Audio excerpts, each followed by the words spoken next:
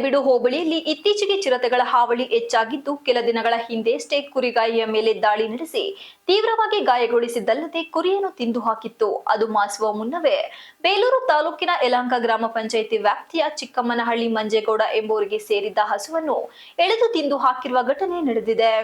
ಬುಧವಾರ ತಮ್ಮ ಹೊಲದಲ್ಲಿ ಹಸುವನ್ನು ಬಿಟ್ಟುಕೊಂಡು ಜೋಳ ಮುರಿಯುತ್ತಿದ್ದ ಸಂದರ್ಭದಲ್ಲಿ ಸಂಜೆ 4 ಗಂಟೆ ಸಮಯಕ್ಕೆ ಹಸು ನಾಪತ್ತೆಯಾಗಿತ್ತು. ಹಸು ಮನೆಗೆ ಬಂದಿರಬಹುದು ಎಂದು ಬಂದು ಅಕ್ಕಪಕ್ಕದಲ್ಲಿ ಹುಡುಕಿ ಸಿಗದಿದ್ದ ಹಿನ್ನೆಲೆ ಊರಿನಲ್ಲಿ ಹುಡುಕುವ ಸಂದರ್ಭದಲ್ಲಿ ತಮ್ಮ ಹೊಲದಿಂದ ಸುಮಾರು 200 ಮೀಟರ್ ದೂರದಲ್ಲಿ ಹಸುವನ್ನು ಚಿರತೆ ತಿಂದು ಹಾಕಿದ್ದು ಪತ್ತೆಯಾಗಿತ್ತು.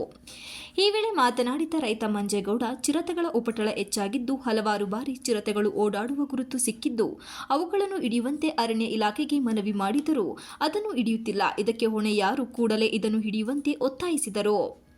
ವಿಷಯ ತಿಳಿದು ಸ್ಥಳಕ್ಕೆ ಆಗಮಿಸಿದ ವಲಯ ಅರಣ್ಯಾಧಿಕಾರಿ, ಈಗಾಗಲೇ ಈ ಭಾಗದಲ್ಲಿ ಚಿರತೆಗಳು ಕಂಡು ಬಂದಿದೆ ಎಂದು ಗ್ರಾಮಸ್ಥರು ದೂರು ನೀಡಿದ ಹಿನ್ನೆಲೆಯಲ್ಲಿ ಅಲ್ಲಿ ಚಿರತೆ ಹಿಡಿಯುವ ಬೋನು ಇಡಲು ವ್ಯವಸ್ಥೆ ಮಾಡಲಾಗುತ್ತದೆ ಮತ್ತು ಈ ಭಾಗದಲ್ಲಿ ಚಿರತೆಗಳನ್ನು ಕಂಡರೆ ಮಾಹಿತಿ ನೀಡುವಂತೆ ಗ್ರಾಮಸ್ಥರಿಗೆ ತಿಳಿಸಿದ್ದು, ರೈತರಿಗೆ ಆಗಿರುವ ನಷ್ಟದ ಬಗ್ಗೆ ಮೇಲಧಿಕಾರಿಗಳಿಗೆ ಮಾಹಿತಿ ನೀಡುವ ಮೂಲಕ ಪರಿಹಾರಕ್ಕೆ ಒತ್ತಾಯಿಸಲಾಗುತ್ತದೆ ಎಂದು ವಲಯ ಅರಣ್ಯಾಧಿಕಾರಿ ಯತೀಶ್ ತಿಳಿಸಿದರು.